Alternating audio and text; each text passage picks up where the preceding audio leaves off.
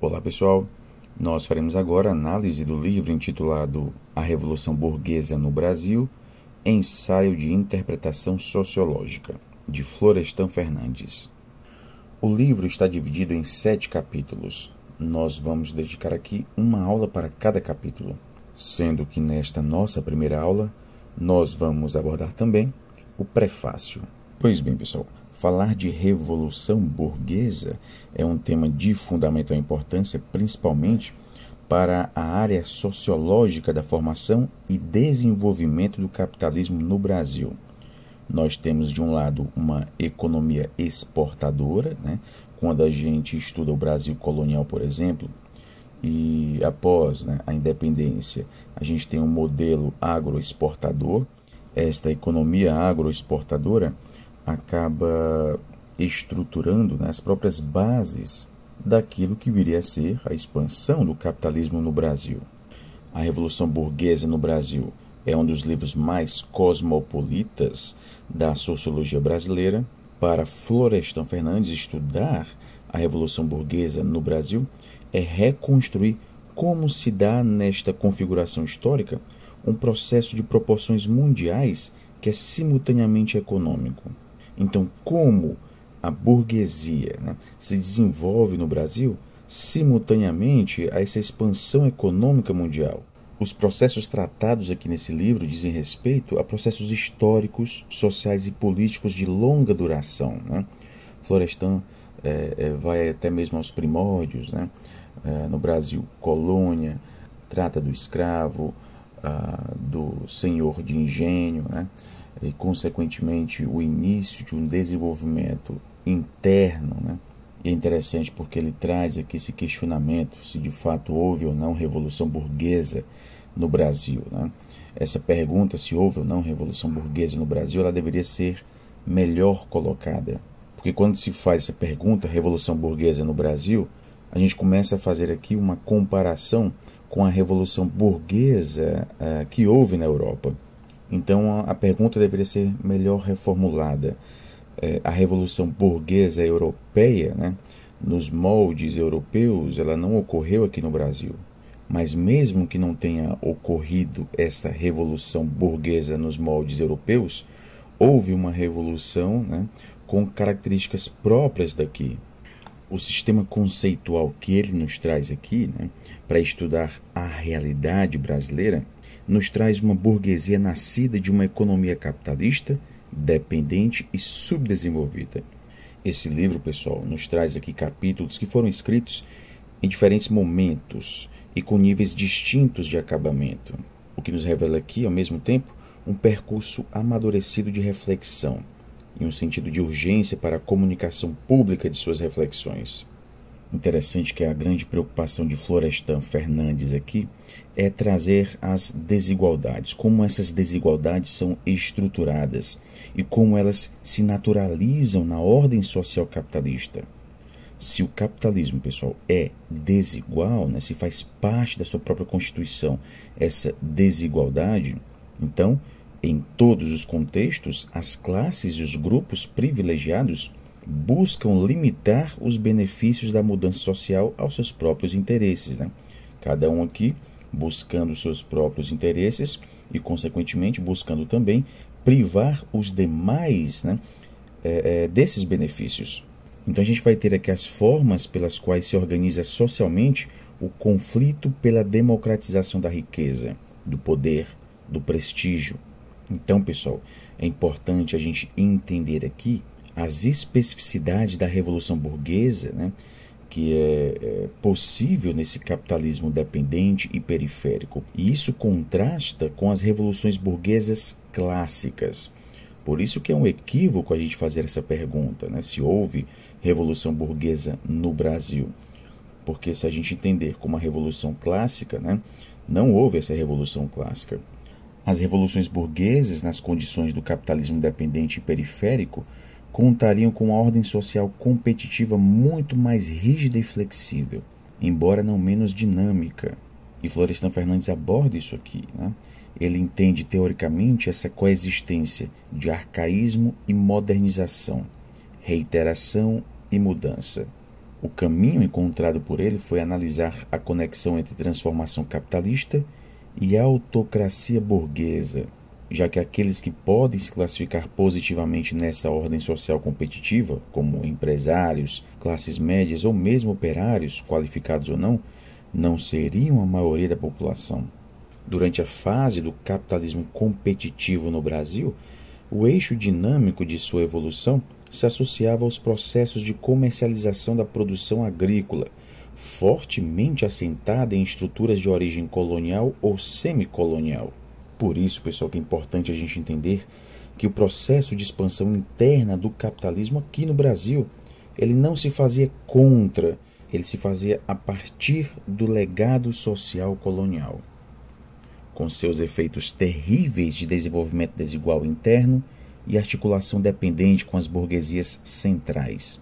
E na etapa mais avançada, de capitalismo monopolista urbano-industrial, a dupla articulação se aprofundaria, pois iria se agravar aqui o desenvolvimento desigual interno, com vastas parcelas da população e do território submetidas a formas pré- ou extracapitalistas de trabalho, ao lado de novos setores privilegiados de primeira ou de segunda ordem, em função da expansão de camadas médias, médias baixas e o aumento da proletarização. Há aqui a dominação das burguesias centrais, se internalizando mais efetivamente. Essas burguesias financiam e possibilitam diretamente o surto de modernização acelerada e o crescimento urbano-industrial. Aqui nós vamos ter esse capitalismo difícil, né? Pois, segundo Florestan Fernandes, a nossa burguesia não possui autonomia. Ela deve se associar, né, como sócia menor das burguesias centrais. As camadas burguesas na periferia não seriam capazes de acelerar a acumulação capitalista. Por isso que essa burguesia é uma burguesia dependente. A nossa burguesia não tem autonomia. Quem lê os trabalhos de Florestan Fernandes, publicados depois deste livro aqui, verá com muita clareza que, para ele, a transição para o regime democrático não teria implicado uma ruptura estrutural com a autocracia burguesa e sua ordem de privilégios, né? Então, o livro foi escrito em 1975, né? Claro que havendo aqui alguns intervalos, né, entre uma parte e outra, né? E quem lê esse livro vai entender que o movimento de redemocratização do país, né, em 1985, não representou uma ruptura estrutural com a autocracia burguesa. O Brasil apresenta simultaneamente antigos e novos aspectos desse capitalismo que parece dizer a que veio, né? Como muito bem nos traz aqui o próprio prefácio. Pois bem, pessoal, no capítulo 1, nós temos questões preliminares de importância interpretativa. Florestan Fernandes nos traz aqui algumas questões de alcance heurístico, né? Alguns conceitos que são muito importantes a gente ter em mente, né? Como o conceito de burguês, burguesia e revolução burguesa. Agora, o conceito de burguês e de burguesia não devem ser estudados, né, à luz da história europeia. O conceito de burguês ele deve estar aqui ligado, né, à própria história brasileira. Então, o que seria o burguês aqui no Brasil? O que seria a burguesia aqui no Brasil? E obviamente, isso acaba nos levando a interpretar essa Revolução Burguesa como sendo uma revolução típica no Brasil, né? Tipicamente brasileira.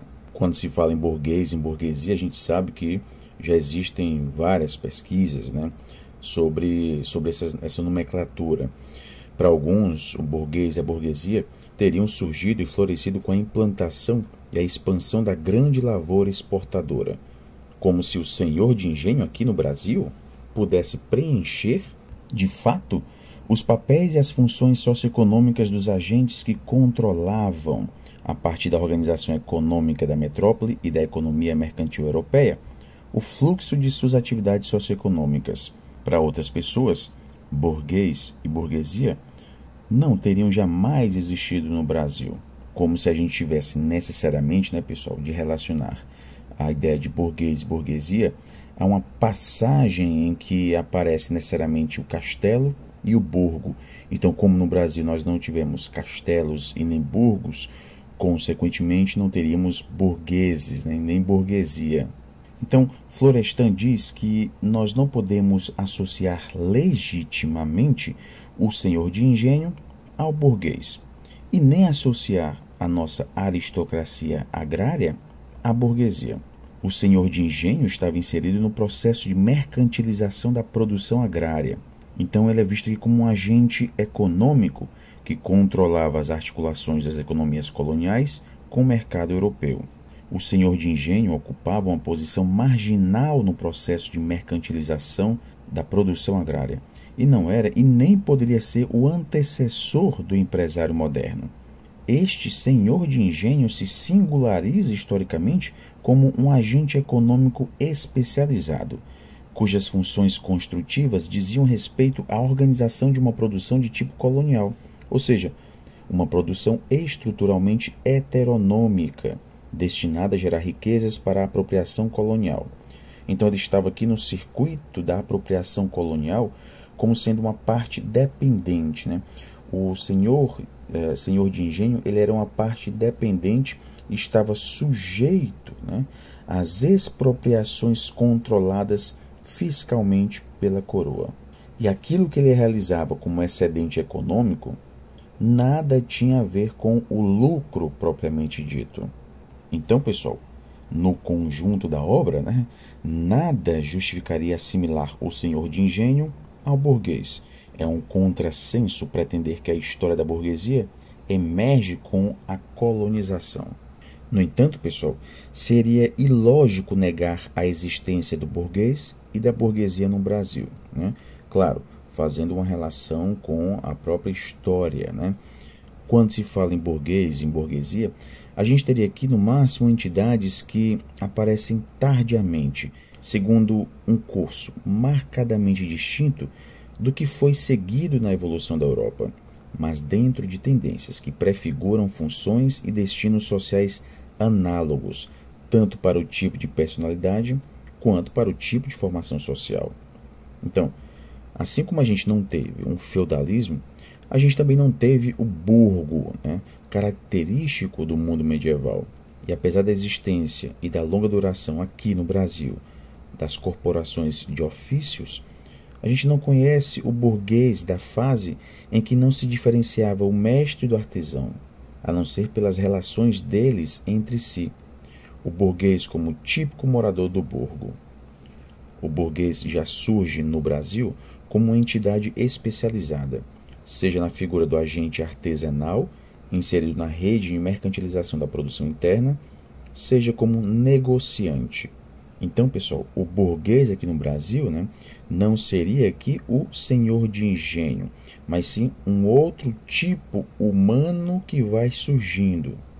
A independência, rompendo o estatuto colonial, criou condições de expansão da burguesia. É interessante que quando o Florestan Fernandes faz referência à burguesia aqui no Brasil, né, esse termo burguesia, o mesmo burguês, quase sempre aparece entre aspas, para destacar a especificidade do contexto brasileiro.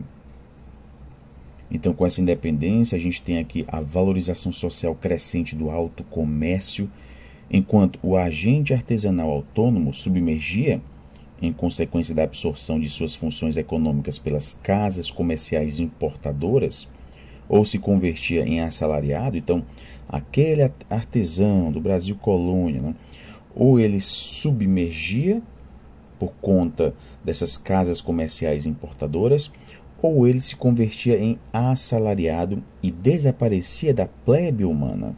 Aumentavam-se aqui, portanto, o volume e a diferenciação interna do núcleo burguês da típica cidade brasileira do século XIX. Foi nas cidades de alguma densidade e nas quais os círculos burgueses possuíam alguma vitalidade que surgiram as primeiras tentativas de desaprovação ostensiva e sistemática das desumanidades dos senhores ou de seus prepostos. O burguês, aqui no Brasil, nunca seria, no cenário do Império, uma figura dominante ou pura, com força socialmente organizada, consciente e autônoma. O burguês que nasce aqui sob o signo de uma especialização econômica relativamente diferenciada, iria representar papéis históricos que derivavam ou se impunham como decorrência de suas funções econômicas na sociedade nacional. Esse burguês teve um alcance criador, pois deixou o palco livre para um novo estilo de ação econômica. A partir daqui, seria possível construir impérios econômicos e abrir caminho para o grande homem de negócios. Nós podemos, inclusive, aqui citar o exemplo do próprio Mauá. Esse painel nos traz aqui dois tipos clássicos de burgueses: os que combinam poupança e avidez de lucro, a propensão de converter a acumulação de riqueza em fonte de independência e de poder, e aqueles que encarnam a capacidade de inovação, o gênio empresarial e o talento organizador, requeridos pelos grandes empreendimentos econômicos modernos. Então, pessoal, nós voltamos aqui com a seguinte pergunta. Se a gente já viu, né, que existe um burguês no Brasil, né, mas um burguês à moda brasileira, a gente poderia falar que teria existido uma revolução burguesa. Há uma tendência bastante forte em negar essa existência, né, negar essa revolução, como se admitir essa revolução implicasse pensar a história brasileira segundo esquemas repetitivos da história de outros povos. Ou seja, se há a negação dessa revolução burguesa no Brasil, é porque essa revolução burguesa não foi a moda europeia. Por isso que essa questão aqui está mal colocada. A revolução burguesa no Brasil não constitui um episódio histórico, não é algo pontual, é algo processual. A gente não teve todo o passado da Europa, mas reproduzimos de forma peculiar o seu passado recente, pois este passado era parte do próprio processo de implantação e desenvolvimento da civilização ocidental moderna no Brasil. Falar em revolução burguesa, nesse sentido, consiste em procurar os agentes humanos das grandes transformações históricos sociais que estão por trás da desagregação do regime escravocrata senhorial e da formação de uma sociedade de classes no Brasil.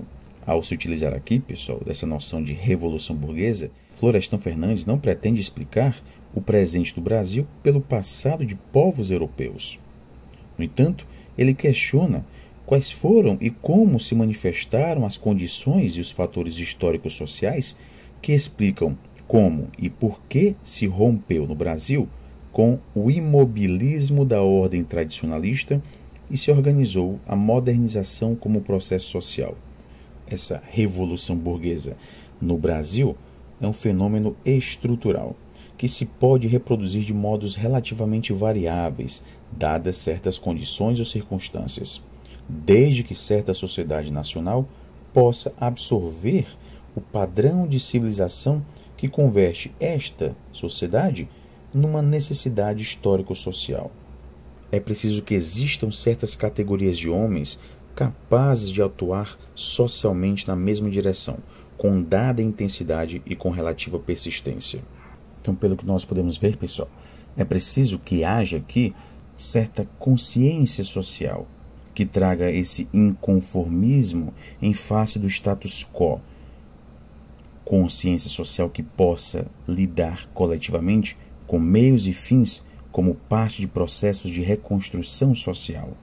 Se a burguesia e o espírito burguês são fenômenos relativamente recentes na evolução da sociedade brasileira, Isso significa que ambos os fenômenos lançam raízes em transformações dessa mesma sociedade que também são recentes. Os móveis capitalistas do comportamento econômico foram introduzidos no Brasil juntamente com a colonização. A gente tinha um propósito comercial básico, pessoal, para as plantações. E isso orientou as adaptações econômicas imprimidas à grande lavoura pelas formas de apropriação colonial. E as funções econômicas do senhor de engenho quase se assemelhavam às funções dos administradores e beneficiários das benfeitorias. Por isso, pessoal, que as influências dinâmicas que o capitalismo comercial, que já existia, mundialmente, poderia exercer aqui no Brasil sobre a organização e o desenvolvimento da economia interna, eram simplesmente neutralizadas. Parte da renda gerada pelo processo que ficava nas mãos do agente econômico interno, ou seja, do senhor de engenho, era absorvida de fora. Ou seja, pessoal, ficava muito pouco aqui no Brasil colônia. Essa renda per capita nunca foi suficientemente grande para criar alternativas ao senhor de engenho, esse agente econômico interno. Ele ficou escravizado à sua fonte de renda, mesmo nas piores fases de depressão do mercado, e nunca chegou a forçar os ajustamentos permitidos pelo Estatuto Colonial, movido por alternativas daquela espécie. O que esse montante de renda representava como produto de atividades econômicas dificilmente poderia ser compreendido mesmo à luz dos padrões do capitalismo comercial. O típico senhor de engenho da era pioneira era um agente humano da conquista e também um agente potencialmente econômico. Lucro, ganho, risco calculado, nada disso exprime o que esse senhor perseguia. Ele é visto aqui por Florestan Fernandes como um autêntico soldado da fortuna. Todo esse sistema colonial era organizado para drenar as riquezas de dentro para fora. Então ele não previa que dentro dos limites coloniais condições institucionais apropriadas para a organização interna do fluxo de renda. O agente econômico da colônia é desviado de uma mentalidade propriamente capitalista. Então é como se ele não tivesse aqui ambições. O sistema colonial forçava um tipo de acomodação que retirava da grande lavoura qualquer poder de dinamização da economia interna. Então, pessoal, o contexto socioeconômico em que se projetava a grande lavoura aqui no Brasil colonial anulou o ímpeto, a direção e a intensidade dos móveis capitalistas, instigados pela situação de conquista e animados durante a fase pioneira da colonização. Isolado em sua unidade produtiva, tolhido pela falta de alternativas históricas e, em particular, pela inexistência de incentivos procedentes do crescimento acumulativo das empresas, o senhor de engenho acabou submergindo numa concepção de vida, do mundo e da economia que respondia exclusivamente aos determinantes tradicionalistas da dominação patrimonialista. O principal fator da estagnação econômica aqui na colônia não vinha de empreendimentos econômicos desenvolvidos, mas sim do próprio contexto socioeconômico e político. Mas com a extinção desse estatuto de colônia, a gente vai ter a criação de um Estado nacional. E, obviamente, isso vai resultar aqui em consequências socioeconômicas.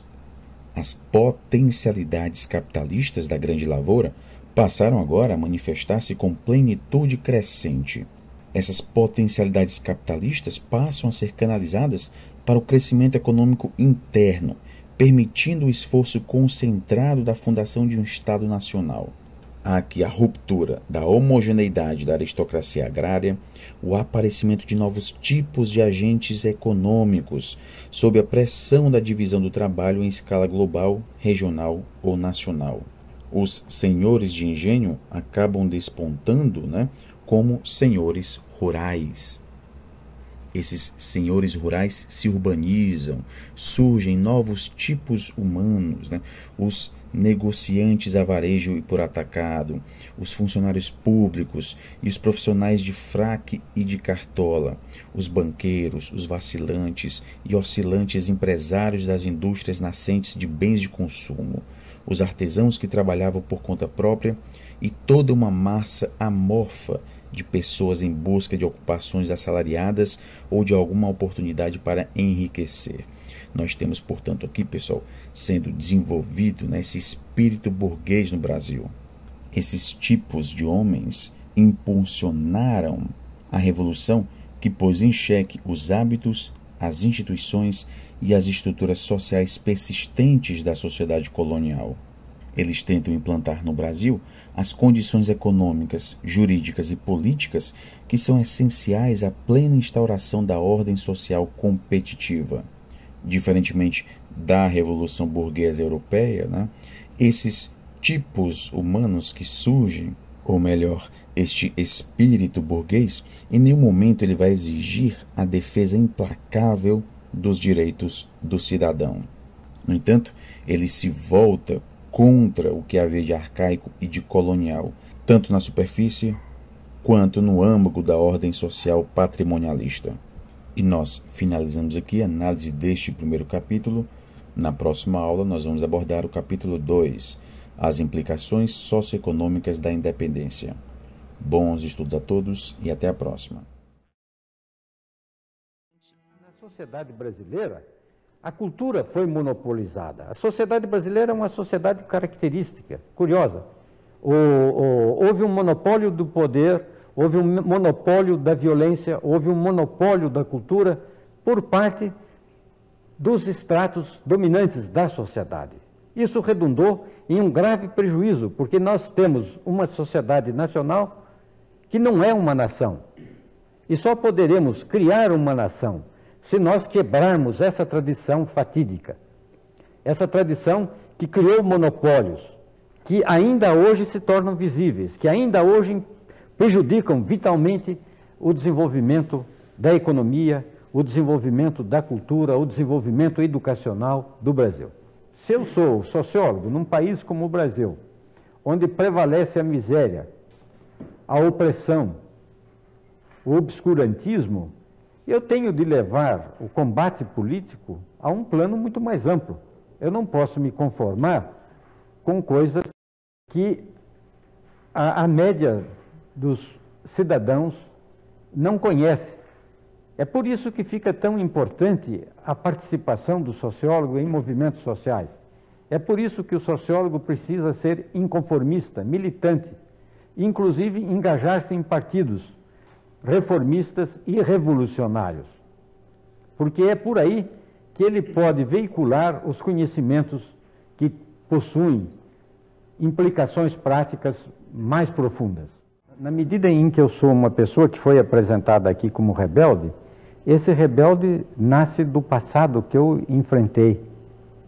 E eu sou leal a ele quando me identifico com o socialismo revolucionário e com o marxismo. Isso também eu já estudei na década de 60, naqueles trabalhos sobre resistência à mudança. Esses setores da sociedade resistem à mudança social para preservar suas posições nas estruturas da sociedade e de poder. Quer dizer que a monopolização da riqueza, da cultura e do poder especificamente político constitui um requisito para que as classes dominantes mantenham suas posições e possam até renovar através da circulação das elites. O trabalho de Pareto não é um trabalho que tenha envelhecido. Essas classes dominantes foram suficientemente hábeis para decapitar os setores da população negra, mestiça, do antigo homem pobre livre e dos sem classes, dos trabalhadores, mantendo-os lá no fundo e, ao mesmo tempo, preservando para si as perspectivas de controle efetivo do Estado, da sociedade civil e da cultura da ignorância, que é destinada aos setores pobres da população.